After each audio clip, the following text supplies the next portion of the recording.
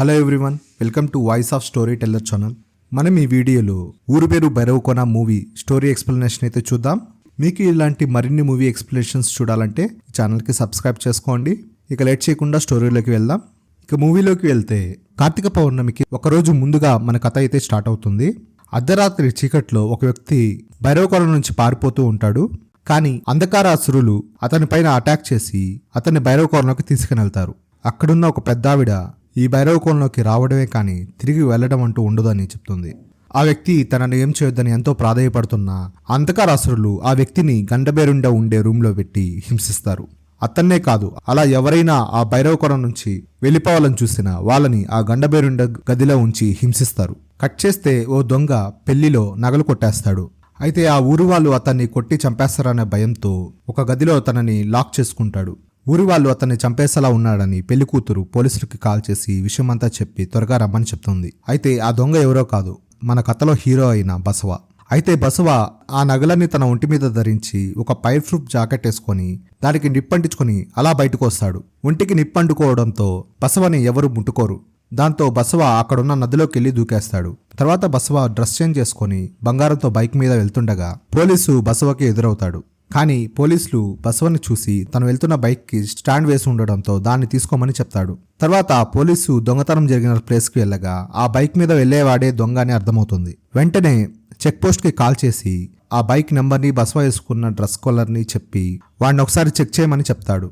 కొంత దూరం వెళ్ళాక బసవ బైక్ ఆపుతాడు. అదే టైంకి వాళ్ళ ప్లాన్ ప్రకారం జాన్ కారులో అక్కడికి వస్తాడు. అప్పుడు బసవ డ్రెస్ చేంజ్ చేసుకొని ఆ కారులో వెళ్తూ ఉంటాడు. అసలు బసవ సినిమా ఇండస్ట్రీలో డూప్గా స్టంట్స్ చేస్తూ ఉంటాడు. అప్పుడు బసవకి వాళ్ళ బాబాయ్ నుంచి కాల్ వస్తుంది. మహేష్ బాబు సినిమాలో డూప్గా యాక్ట్ చేస్తే 50,000 ఇస్తారు, త్వరగా రా అని పిలుస్తాడు. కానీ బసవ రాలేనని చెప్తాడు. అప్పుడు బసవ వాళ్ళ బాబాయ్, ఇదంతా భూమి కోసమే కదా చేస్తున్నావు, ఇలా ఎంతకాలంలో ఎదవా అని అరుస్తాడు. భూమిని ఏమనొద్దని బసవ కాల్ కట్ చేస్తాడు. కట్ చేస్తే స్టోరీ 3 నెలల గతంలోకి వెళ్తుంది. హైదరాబాద్లో ఓ షూటింగ్ తర్వాత వేరే ప్లేస్కి వెళ్తుండగా సడన్ గా ఓ బైకర్ అడ్డొస్తాడు. సడన్ గా భూమి బసవ ఆటో ఎక్కి వాళ్ళు నా బ్యాగ్ కొట్టేశారు, ఆ బైక్ ని ఫాలో అవ్వని చెప్తుంది. మనోడు భూమిని చూడంగానే love at first sight love లో పడిపోతాడు. ఇక ఆటోలో వాళ్ళని చేస్ చేస్తూ వెళ్ళగా వాళ్ళలో ఒకడు ఆ బ్యాగ్ తో పాడుబడిన ఇంట్లోకి వెళ్తాడు. అసలు ఆ బ్యాగ్లో ఏముంది అని ఆ దొంగ ఓపెన్ చేసి చూస్తే దాంట్లో ఉన్న వాటిని చూసి భయపడి బ్యాగ్ నాడ పడేసి చాలా భయంతో పారిపోతాడు. వాడు అంతలా ఎందుకు అలా భయపడ్డాడని బసవ ఆ బ్యాగ్ ఓపెన్ చేసి చూస్తే ఆ బ్యాగ్లో ఎముకలు ఉంటాయి. అప్పుడు బసవకు కూడా కొంచెం భయం వేస్తుంది. అప్పుడు భూమి అక్కడికి వస్తుండడం గమనించి ఏం తెలియనట్టు బ్యాగ్కు జిప్ వేసేసి బ్యాగ్ని దూరంగా చూడనట్టు వేసేస్తాడు. భూమి ఆ బ్యాగ్ని తీసుకుని వెళ్ళిపోతుంది. అప్పుడు దాకా భూమిని చూసి ఓ డ్యూయెట్ వేసుకున్న బసవకి బ్యాగ్లో ఎముకలను చూసి మైండ్లో ఫ్యూజులు ఎగిరిపోతాయి. అప్పుడు బాబాయ్ బసవకి ఫోన్ చేసి శంకరన్న మనుషులు జైల్లో ఉన్నారు కదా, నువ్వు మాకు ఓ సహాయం చేసి పెట్టాలని అడుగుతాడు. శంకరన్న బసవతో కార్ డిక్కీలో ఒక అమ్మాయి ఉంది, నువ్వు ఆ అమ్మాయిని ఇవాళ రాత్రి వరకు జాగ్రత్తగా చూసుకో, రేపు మా వాళ్ళు తీసుకుని వెళ్తారని బసవకి చెప్తాడు. నిజానికి బసవ ఒక అనాథ. ఈ వ్యక్తి బసవని చేరదీసి పెంచుతాడు. అసలు ఇలాంటి పనులు చేయడం ఇష్టం లేకే బసవ సినిమాల్లో డూప్గా పనిచేస్తూ ఉంటాడు. కానీ తనను చేరదీసి పెంచిన అతని కోసం ఆ పని చేయడానికి ఒప్పుకుంటాడు బసవ. తీరా ఆ కార్ డిక్కీ ఓపెన్ చేసి చూస్తే అక్కడున్న అమ్మాయి ఎవరో కాదు, తన ప్రేమించిన భూమియే.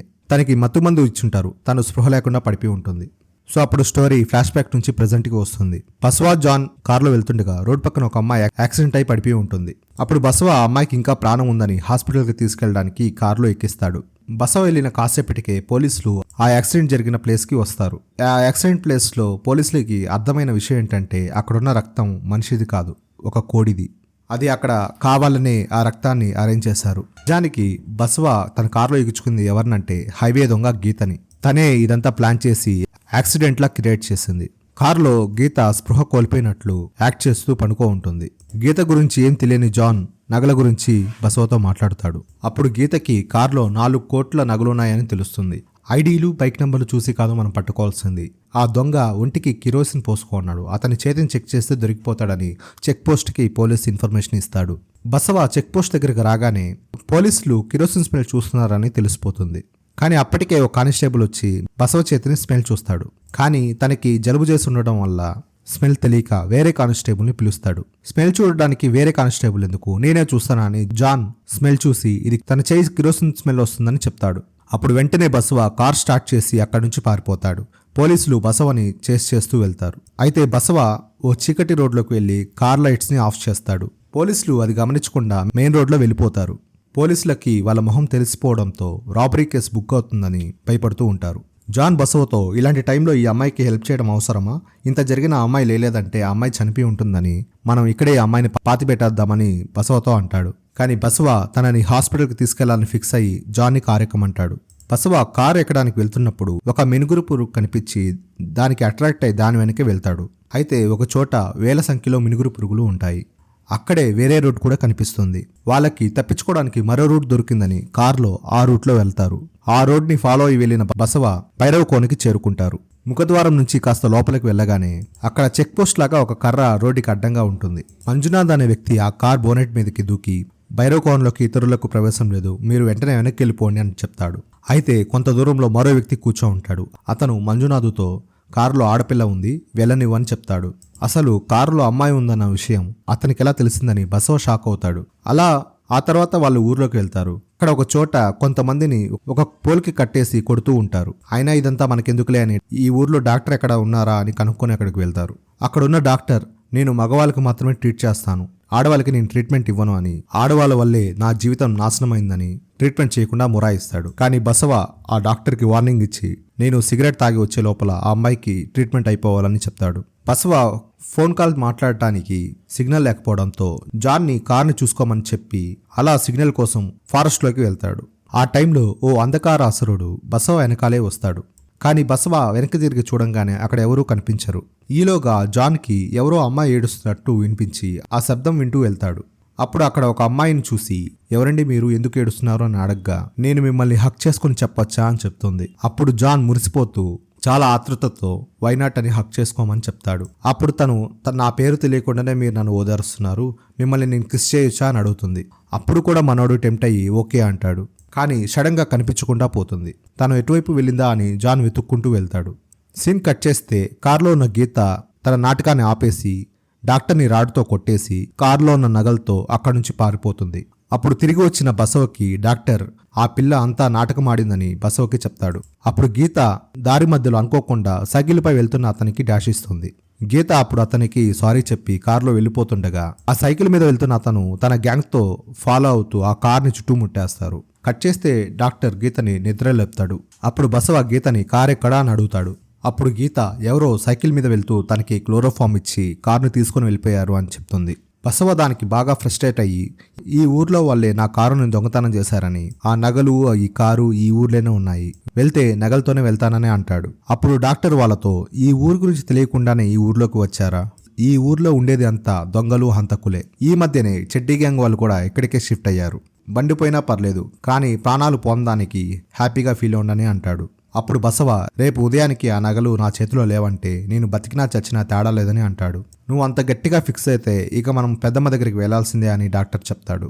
అని డాక్టర్ చెప్పి వాళ్ళని పెద్దమ్మ దగ్గరికి తీసుకుని వెళ్తాడు. కానీ అప్పుడు పెద్దమ్మ అక్కడ లేకపోవడంతో వాళ్ళు ఆమె వచ్చే వరకు వెయిట్ చేయాలని వాళ్ళందరూ అక్కడే ఉంటారు.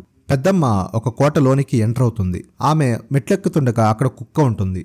ఆమె కుక్కని దాటి వెళ్ళగానే ఆ కుక్క ఒక చిన్న పాపలా మారిపోతుంది. పెద్దమ్మ కోటలోకి వెళ్ళి చూడగా అక్కడ చాలా మంది ఉంటారు. వాళ్ళతో పెద్దమ్మ, రోజు రోజుకి మీ గ్యాంగ్ చాలా పెరిగిపోతుందిగా, అయినా మీ ప్రశ్నలన్నిటికీ సమాధానం కావాలంటే నా చేతిలో ఉన్న కాంతిని పట్టుకోండి అని చెప్తుంది. కానీ వాళ్ళందరూ ఆ చేతిని పట్టుకోవడానికి భయపడతారు. అప్పుడే రాజప్ప అక్కడికి వస్తాడు. అప్పుడు పెద్దమ్మ రాజప్పతో, ఎందుకు ఇంత కోపం, నీ కోపాన్ని వదిలేసేయని చెప్తుంది. దానికి రాజప్ప, నాకు ద్రోహం చేసిన వాణ్ణి చంపిన తర్వాతే నేను ప్రశాంతంగా ఉండగలను అని చెప్తాడు. అప్పుడు పెద్దమ్మ, నీ ప్రశాంతతకి వేరే మార్గం కూడా ఉంది, నా చేతిలో ఉన్న ఈ కాంతిని పట్టుకోమని చెప్తుంది. కానీ రాజప్ప దానికి ఒప్పుకోడు. కాసేపు అయ్యాక పెద్దమ్మ చెట్టు దగ్గరికి రావడంతో బసవ ఆమె దగ్గరికి వెళ్తాడు. పెద్దమ్మ బసవని పేరు పెట్టి పిలవడంతో బసవ అప్పుడు షాక్ అయ్యి, నా పేరు నీకెలా తెలుసు అని పెద్దమ్మని అడుగుతాడు. అప్పుడు ఆమె, నీ పేరే కాదు, నీ గతం కూడా తెలుసు, నీ భూమి గురించి కూడా తెలుసు అని చెప్తుంది. అయినా దొంగతనం పాపం కదా బసవ, ఆ దొంగతనం చేసి మంచి పనికి వాడితే అది పుణ్యం ఎలా అవుతుంది అని అడుగుతుంది. పెద్దమ్మ తన గురించి చెప్పడం చూసి బసవ షాక్ అవుతాడు. ఆ టైంలోనే బసవకి భూమి గుర్తొస్తుంది. కట్ చేస్తే స్టోరీ మళ్ళీ పాస్ట్లోకి వెళ్ళిపోతుంది. శంకరన్న భూమిని రాత్రంతా కాపలా కాయమని చెప్తాడు కదా. బసవ భూమిని తీసుకొని పాడుబడిన బంగ్లాలోకి వెళ్తాడు. భూమికి మత్తుమందులో నుంచి మెలకు వస్తుంది. ఆ టైంలో బసవ నెక్స్ట్ డే షూటింగ్లో ఒక మర్డర్ గురించి కాల్ మాట్లాడుతూ ఉంటాడు. భూమి అది విని బసవ కూడా ఒక హంతకుడని బసవ మీద అక్కడున్న వస్తువులతో దాడి చేస్తుంది. కానీ అవన్నీ సినిమాలో ఉపయోగించే డమ్మీ వస్తువులు. అప్పుడు బసవ భూమిని బ్యాగ్లో ఆ ఎముకలేంటి, అసలు వాటి సంగతి ఏంది అని అడుగుతాడు. అప్పుడు భూమి, నీ బాస్ నీకు చెప్పే ఉంటాడు కదా, అయినా నువ్వు డబ్బులు తీసుకుని ఇలాంటి పనులు చేసేవాడివే కదా, నేనే నీకు ఎక్కువ డబ్బులు ఇస్తాను, నన్ను వదిలే అని చెప్తుంది. బసవ భూమి మాటలు పట్టించుకోకుండా కారులోని వాటర్ బాటిల్ కోసం వెళ్తాడు. బసవ నీళ్లు తాగుతుండగా ఒక పిల్లవాడు విషం పూసిన బాణాలతో బసవ పైనకి దాడి చేస్తాడు. బసవ ఆ పిల్లోడిని పట్టేసుకొని, అసలు ఎవడ్రా నువ్వు, ఎందుకు ఇలా చేస్తున్నావు అని అడుగుతాడు. ఆ పిల్లవాడు ఎవరో కాదు, భూమికి తమ్ముడు లాంటివాడు. బసవ దగ్గర ఉన్న ఆ పిల్లోడిని చూసి భూమి ఆ పిల్లోడిని వదిలేమని చెప్తుంది. దానికి బసవ, అయితే నువ్వే చెప్పు, ఆ ఎముకలు ఎవరివి, దాంతో నీకేం పని అని అడుగుతాడు. తన తమ్ముడిని బసవ ఏమన్నా చేస్తాడేమో అని భయపడి భూమి తన గతం గురించి బసవకి చెప్తుంది. భూమిది అడవి దగ్గర ఉండే పచ్చగూడెం. పేరుకు తగ్గట్టే ఆ గూడెమంతా చాలా పచ్చగా ఉంటుంది. అక్కడున్న ప్రజలు ఆ భూమి వాళ్ళ సొంతం అన్నట్లుగా జీవిస్తూ ఉంటారు. ఆ గూడెంలో ఎవరికీ పట్టాలేవని తెలిసి ఊరంతా వాడి పేరు మీద రాపించుకొని అక్కడున్న గూడెంలో ఉన్న ప్రజలందరినీ వెళ్ళగొడతాడు. ఇక ఆ గూడెం ప్రజలంతా మురికివాడలో నివసించాల్సి వస్తుంది. కానీ కోర్టులో కేసు వేసి వాళ్ళ ఊరిని దక్కించుకోవాలని చూస్తారు. లాయర్ ఫీజు కోసం తలా 1 రూవ డబ్బులు వేసుకొని లాయర్ ఫీజు ఇస్తారు. కానీ కోర్టులో సాక్ష్యం చెప్పాల్సిన 4 గవర్నమెంట్ ఉద్యోగస్తులకి విలన్ లంచం ఇచ్చి కొనేస్తాడు. ఆ ఊరు వాళ్ళదే అని ప్రూవ్ చేయడానికి ఎలాంటి పత్రాలు గానీ ఉండవు. ఆ బాధలో ఊరు పెద్ద, నేను చస్తే మన ఊర్లోనే నన్ను పాతి పెట్టండి అని చెప్తాడు. అప్పుడే భూమికి ఒక ఆలోచన వస్తుంది. ఊరిలో ఎవరు చనిపోయినా కానీ ఊరిలో ఉత్తరం వైపు పాతి పెడతారు. అప్పుడు 100 సంవత్సరాల క్రితం చనిపోయిన వాళ్ళ ఊరు పెద్ద సమాధి తవ్వి అక్కడున్న ఎముకలను తీసుకుని ఫోరెన్సిక్ ల్యాబ్కి వెళ్తుంది భూమి. అలా వెళ్లే టైంలోనే హీరోని కలుస్తుంది. అలా ఫోరెన్సిక్ సర్టిఫికేట్ ని కోర్టులో సబ్మిట్ చేస్తే కోర్టు ఫర్దర్ ఇన్వెస్టిగేషన్ కి ఆర్డర్ చేస్తుందని భూమి అనుకుంటుంది. So court further investigation order ఇవ్వకుండా ఉండాలని శంకరిలా తనని కిడ్నాప్ చేశారని బసవకి చెప్తుంది. నా కథంతా విన్నావు కదా, నువ్వేమన్నా చేయగలవా, ఏం చేయలేవు కదా అని బసవతో అంటుంది. సీన్ కట్ చేస్తే స్టోరీ ప్రజెంట్ టైంలోకి వస్తుంది. బసవ జాన్తో, ఆ పెద్దమ్మేంటి నా చరిత్ర అంతా చెప్తుంది, అసలు ఈ ఊరంతా ఏదో తేడాగా ఉందని అంటాడు.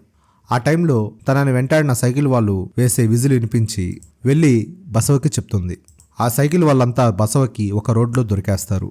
బసవ వాళ్ళందరినీ మర్యాదగా తన బండి తాళం ఇచ్చేయమని చెప్తాడు. అప్పుడు ఆ సైకిల్ గ్యాంగ్ బసవని రాజప్ప దగ్గరికి తీసుకుని వెళ్తారు. అక్కడ రాజప్ప ఆ బంగారాన్ని చూస్తూ ఉంటాడు. అప్పుడు బసవ రాజప్పతో, పెద్ద అయినా ఆ బంగారం నాది, ఇప్పుడు ఎలాంటి గొడవలొద్దు, ఆ బంగారం నాకు ఇచ్చేస్తే నేను వెళ్ళిపోతాను అని రాజప్పతో చెప్తాడు. అప్పుడు రాజప్ప, ఇది నా కూతురు కోసం నేను చేయించుకున్న బంగారం, ఎక్కడి నుంచి కొట్టుకొచ్చారా దీని అని గట్టిగా అడుగుతాడు. ఈ నగల్ని ఎవరి దగ్గర దొంగతనం చేస్తే ఇతనేంది ఇలా అంటున్నాడు అని బసవ జాన్ షాక్ అవుతాడు. అప్పుడు రాజప్ప తన మనుషుల్ని బసవ పైన అటాక్ చేయమని చెప్తాడు. అప్పుడు బసవ ఒకటి గొంతుకు మీద కత్తి పెట్టి, నా బంగారం ఇవ్వకపోతే ఎవరిని వదలనని అందరినీ చంపేస్తానని చెప్తాడు. అప్పుడు రాజప్ప సైగ చేయడంతో తనను తాను గొంతు కోసుకుని అతను చనిపోతాడు. అది చూసిన బసవ షాక్కి గురవుతాడు. బతికినోడికైతే చావంటే భయం, ఆల్రెడీ చచ్చినోడికి చావంటే ఏం భయం అని చెప్తాడు. నిజానికి వాళ్ళందరూ మనుషులు కాదు, అందరూ దయ్యాలే.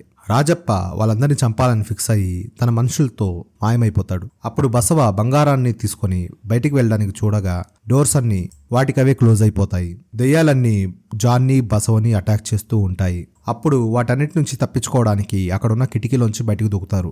బసవకి పక్కనే తన కారు ఉండడం గమనించి జాన్కి కార్ తీయమని చెప్తాడు. కానీ అప్పటికే దెయ్యాలన్నీ వచ్చేస్తాయి. కానీ అప్పటికే సూర్యోదయం రావడంతో ఆ దెయ్యాలన్నీ కోట నుంచి ముందుకు రాకుండా అక్కడ ఆగిపోతాయి. బసవ కారులో వెళ్తుండగా ఆ దయ్యాలన్నీ సూర్యోదయం వల్ల బూడిదగా మారిపోవడం చూస్తాడు.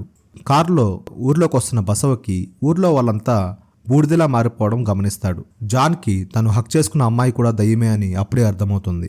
ఫైనల్గా వాళ్ళకి అర్థమైంది విషయం ఏంటంటే వాళ్ళు రాత్రి చూసిన ప్రతి వ్యక్తి కూడా దయ్యమేనని అర్థమవుతుంది. కానీ అవన్నీ రాత్రి మాత్రమే ఉంటాయి, పగలు ఉండవని తెలుస్తుంది. ట్విస్ట్ ఏంటంటే అప్పటి వరకు వాళ్ళతో ఉన్న డాక్టర్ కూడా దయ్యమే. దయ్యాలన్నీ దూరిగా మారిపోవడం చూసి వాళ్ళు షాక్లో ఉండగా రాజప్ప మనిషి ఒకడు ఆ బంగారం నగలు తీసుకొని దయ్యాలన్నీ దూరంగా వెళ్ళిపోయే ఒక అగ్నిచక్రంలోకి దూకుతాడు. బసవ ఎంత ట్రై చేసినా కూడా ఏమీ యూస్ ఉండదు. వాడు అగ్నిచక్రంలోకి దూకగానే అది మూసుకుని పోతుంది. మన అదృష్టం బాగుండి బయటపడ్డాం, ఇక్కడి నుంచి వెంటనే వెళ్ళిపోదామని గీత చెప్తుంది. కానీ బసవకి ఆ నగలు చాలా ఇంపార్టెంట్. ఆ నగల కోసం ఇంకా ఆ దయ్యాలకి ఆ నగలు ఎందుకు అవసరమో తెలుసుకోవాలని అక్కడే ఉండిపోతాడు.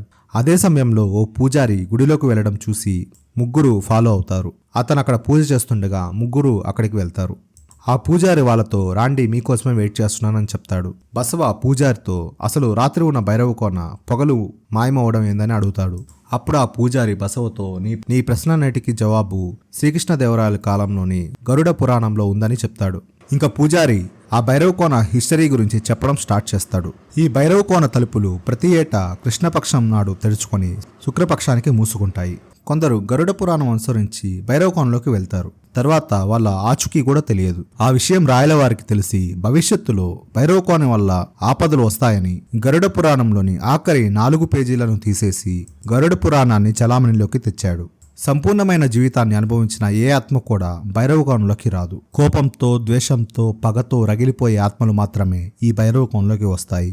వాటి మనసులో ఉన్న ప్రతీకారచర్యని తొలగిస్తేనే వాటికి పునర్జన్మ ప్రాప్తి లభిస్తుంది.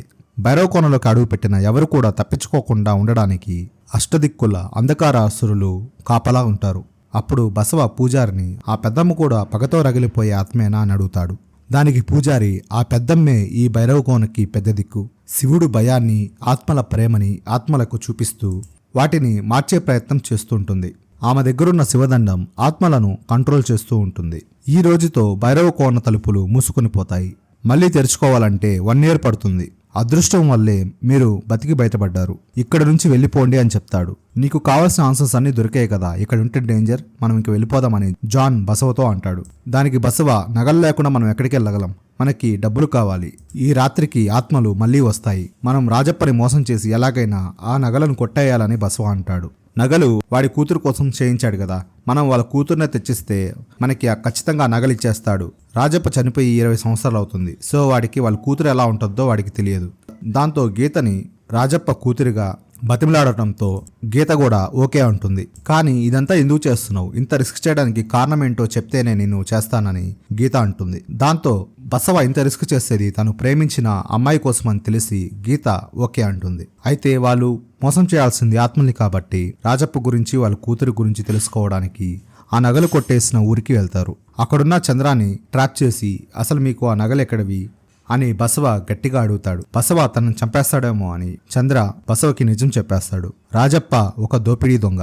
తను దొంగలించిన బంగారంలో కొంత భాగం కరిగించి రాజప్ప కూతురికి నగలు చేయిస్తాడు. అయితే ఆ నగల మీద శివయ్యకి ఆశ కలుగుతుంది. ఎలాగైనా ఆ నగలని దక్కించుకోవాలని రాజప్పని పోలీసులకి పట్టించాలని పోలీసులకి ఇన్ఫర్మేషన్ ఇస్తాడు. పోలీసులు రాజప్పని అటాక్ చేసిన టైంలో శివయ్య ఆ నగలతో తప్పించుకోవడానికి చూస్తాడు. కానీ రాజప్ప శివయ్య నగలు తీసుకోవడం చూసి, ఏంట్రా నువ్వు ఇలా చేస్తున్నావు, అవి నా కూతురి కోసం చేయించిన నగలు కదా అని లాక్కుపోతాడు. ఆ పెనుగులాటలో రాజప్ప ఇంటిపై నుంచి కింద పడి చనిపోతాడు. ఇక వాళ్ళకి కావలసిన నిజం తెలిసాక చంద్రన్నని కొట్టి వాళ్ళ ముగ్గురు అక్కడి నుంచి వెళ్ళిపోతారు. రాజప్ప సొంత ఊరు చిలుకూరుకెళ్ళి రాజప్ప ఎన్కౌంటర్ గురించి బుక్కు రాస్తున్నామని చెప్పి రాజప్ప గురించి ఆ ఊర్లో వాళ్ళని అడిగి తెలుసుకుంటారు. అతని కూతురి గురించి స్కూల్కి వెళ్ళి ఎంక్వైరీ చేస్తారు. తిరిగి ఈవినింగ్ అయ్యే లోపలికి ఫుల్ డీటెయిల్స్తో భైరవకోనలోకి అడుగు పెడతారు. రాత్రి అయ్యాక దయ్యాలన్నీ మళ్ళీ ఆ చక్రం నుంచి బయటికి రావడం స్టార్ట్ చేస్తాయి. బసవ వాళ్ళు మళ్ళీ ఆ ఊర్లోకి రావడంతో మళ్ళీ వాళ్ళు ఎక్కడ చనిపోతారో ఏమో అని పెద్దమ్మ పూజారిని హోమం చేయమని చెప్తుంది. అతను పెద్దమ్మ శివదండం తీసుకొని పూజ చేయడం స్టార్ట్ చేస్తాడు. బసవ అండ్ జాన్ డైరెక్ట్ గా రాజప్ప కోటలోకి ప్రవేశిస్తారు. అప్పుడు రాజప్ప వాళ్ళ నాన్నతో మాట్లాడుతూ ఉంటారు. అసలు రాజప్ప నాన్నెవరో తెలుసా, ఆ డాక్టరే. అంటే డాక్టర్ ఎర్లీగా చనిపోతాడు, రాజప్ప కొంచెం లేట్ గా చనిపోతాడు. బసవ జాన్ మళ్ళీ కోటలోకి అడుగు పెట్టారని రాజప్ప మళ్ళీ వాళ్ళ మీదకి దాడి చేస్తారు. రాజప్ప కూతురైన కాత్యాయని పేరు చెప్పడంతో రాజప్ప కూలైపోతాడు. బసవ ప్లాన్ ప్రకారం గీత రాజప్ప కూతురులా కోటలోకి ప్రవేశిస్తుంది. రాజప్పకు కూతురంటే చాలా ఇష్టం కదా, సో గీతనే కాత్యాయిని అని రాజప్ప నమ్మేస్తాడు. కానీ డాక్టర్కి మాత్రం ఈ ముగ్గురు రాజప్పని మోసం చేస్తున్నారని తెలిసి రాజప్పతో ఆ విషయం చెప్తాడు. కానీ ఆల్రెడీ బసవ రాజప్ప గురించి కాత్యాయిని గురించి ఫుల్ ఎంక్వైరీ చేస్తుంటాడు కదా, సో రాజప్పని నమ్మించేస్తాడు. సో రాజప్ప గీతే తన కూతురని నమ్మి తనతో ఆనందంగా టైం స్పెండ్ చేస్తాడు. హ్యాపీగా తనతో చాలాసేపు టైం స్పెండ్ చేసిన తర్వాత జాగ్రత్తగా తీసుకెళ్లమని బసవకు చెప్పి నగలన్నీ కూడా గీతకి ఇస్తాడు. ఇక కారు స్టార్ట్ చేసి వెళ్ళిపోతాం అనంగా జాన్ రాజప్ప పాకెట్లో కొంత బంగారం కనిపించి అవి కూడా మీరు మర్చిపోయినట్టున్నారని చెప్తాడు. అప్పుడు రాజప్ప, నీ కాలికి ఓ పెద్ద పుట్టుమచ్చ ఉండేది, అది ఎవరికీ కనిపించకుండా ఉండాలని ఈ పట్టీలు చేయించా, నేనే ఆ పట్టీలు పెడతానని గీతను పిలుస్తాడు. కానీ బసవకి వాళ్ళ ఎంక్వైరీలో పుట్టుమచ్చ గురించి తెలియదు. గీత కాత్యాయిని కాదని రాజప్పకి తెలిసిపోతుందని భయపడతారు. వాళ్ళు అనుకున్న విధంగానే గీత కాలికి పుట్టుమచ్చ లేకపోవడంతో రాజప్పకి తెలిసిపోతుంది. తన కూతుర్ని చూశానని ఆనందం రాజప్పకు కొంతసేపు కూడా ఉండకుండా పోతుంది. గీత తన కూతురు కాత్యాయని కాదని రాజప్ప బాధలో కూర్చునిపోతాడు. ఆ టైంలో బసవ, జాన్, గీత కారులో చాలా ఫాస్ట్గా వెళ్ళిపోతారు. అక్కడున్న దెయ్యాలన్నీ కారు వెనకే పడతాయి. బసవ వాళ్ళని తప్పించుకుని వెళ్తుండగా ఒక గరుత్మంతుని విగ్రహం దగ్గర పెద్దమ్మ కారుకి అడ్డంగా నిలబడుతుంది. బసవ పెద్దమ్మని తప్పుకోమని అడుగుతాడు. పెద్దమ్మ బసవతో భైరవ కోణంలోకి ఎవ్వరూ ఊరికే రారు, నీకోసం ఒకరు ఎదురు చూస్తున్నారని బసవతో చెప్తుంది. ఆ టైంలో దయ్యాలన్నీ వెళ్లే అగ్నిచక్రం నుంచి భూమి బయటకు వస్తుంది. భూమి బసవ దగ్గరికి వచ్చి, అసలు నువ్వు నన్ను ఎందుకు చంపేశావు?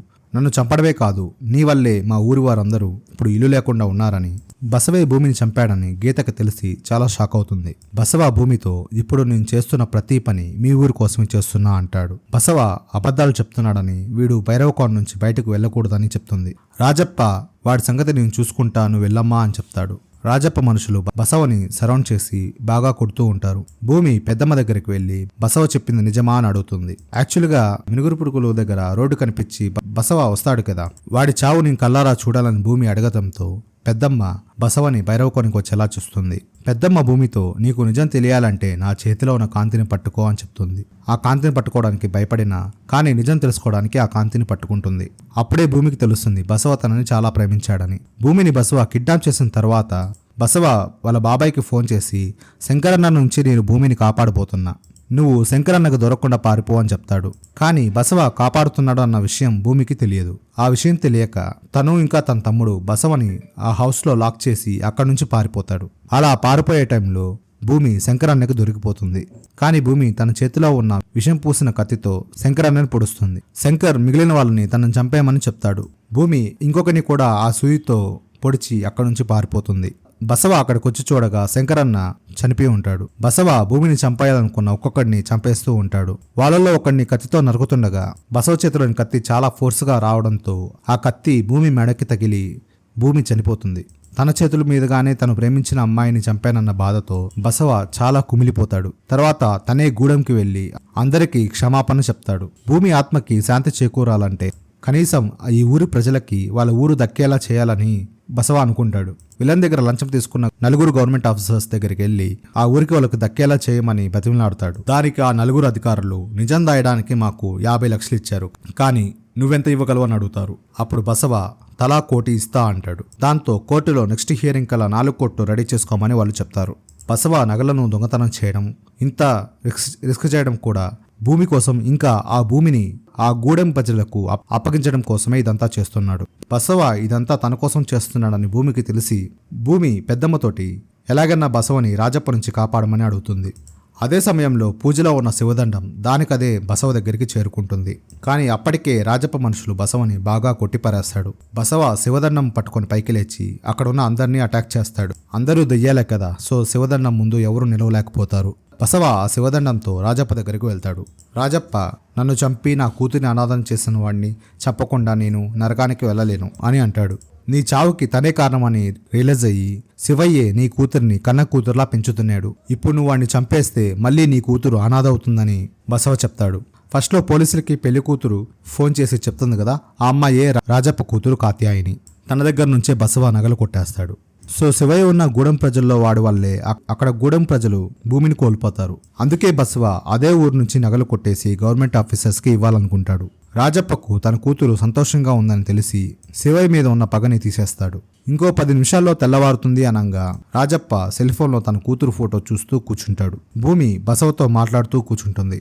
రాజప్పకి తన మనసులో కోపం పగలు లేవు. అలాగే భూమికి బసవ మీద కూడా ఎలాంటి ద్వేషం ఉండదు. ఇక వాళ్ళిద్దరి ఆత్మలు ఈ సూర్యోదయం తర్వాత భైరవకోణ నుంచి శాశ్వతంగా వెళ్ళిపోతాయి. భూమి బసవతో, నా మీదున్న ప్రేమతో నీ ప్రాణాన్ని బలంగా పెట్టావా అని అంటుంది. ఆ టైంలో బసవ భూమికి ప్రపోజ్ చేస్తాడు. భూమి బసవ భుజం పైన తలవాల్చుకొని కూర్చుంటుంది. డాక్టర్ జాన్ దగ్గరికి ఆ నగలు తెచ్చించి, నా మనవరాలను చూసుకోవడానికి ఒక మంచి ఫ్యామిలీ ఉంది, ఈ నగల్ని గూడెం ప్రజలకి భూమి ఇవ్వడానికి ఉపయోగించమని చెప్తాడు. ఇక సూర్యోదయం అవడంతో రాజప్ప, భూమి, డాక్టర్ ఇంకా అక్కడ ఉండే వాళ్ళందరూ ధూళిలా మారిపోయి అగ్నిచక్రంలోకి వెళ్ళిపోతారు. ఇక్కడితో మూవీ అయిపోతుంది. మీకు ఈ స్టోరీ ఎక్స్ప్లెనేషన్ నచ్చినట్లయితే ప్లీజ్ వీడియోకి లైక్ చేయండి. మీకు ఏమన్నా చెప్పాలని ఫీల్ అయితే ప్లీజ్ కామెంట్ సెక్షన్లో మెన్షన్ చేయండి. ఇంకా ముఖ్యంగా ఛానల్కి సబ్స్క్రైబ్ చేసుకోకపోతే ప్లీజ్ సబ్స్క్రైబ్ చేసుకోండి. Thanks for watching this video.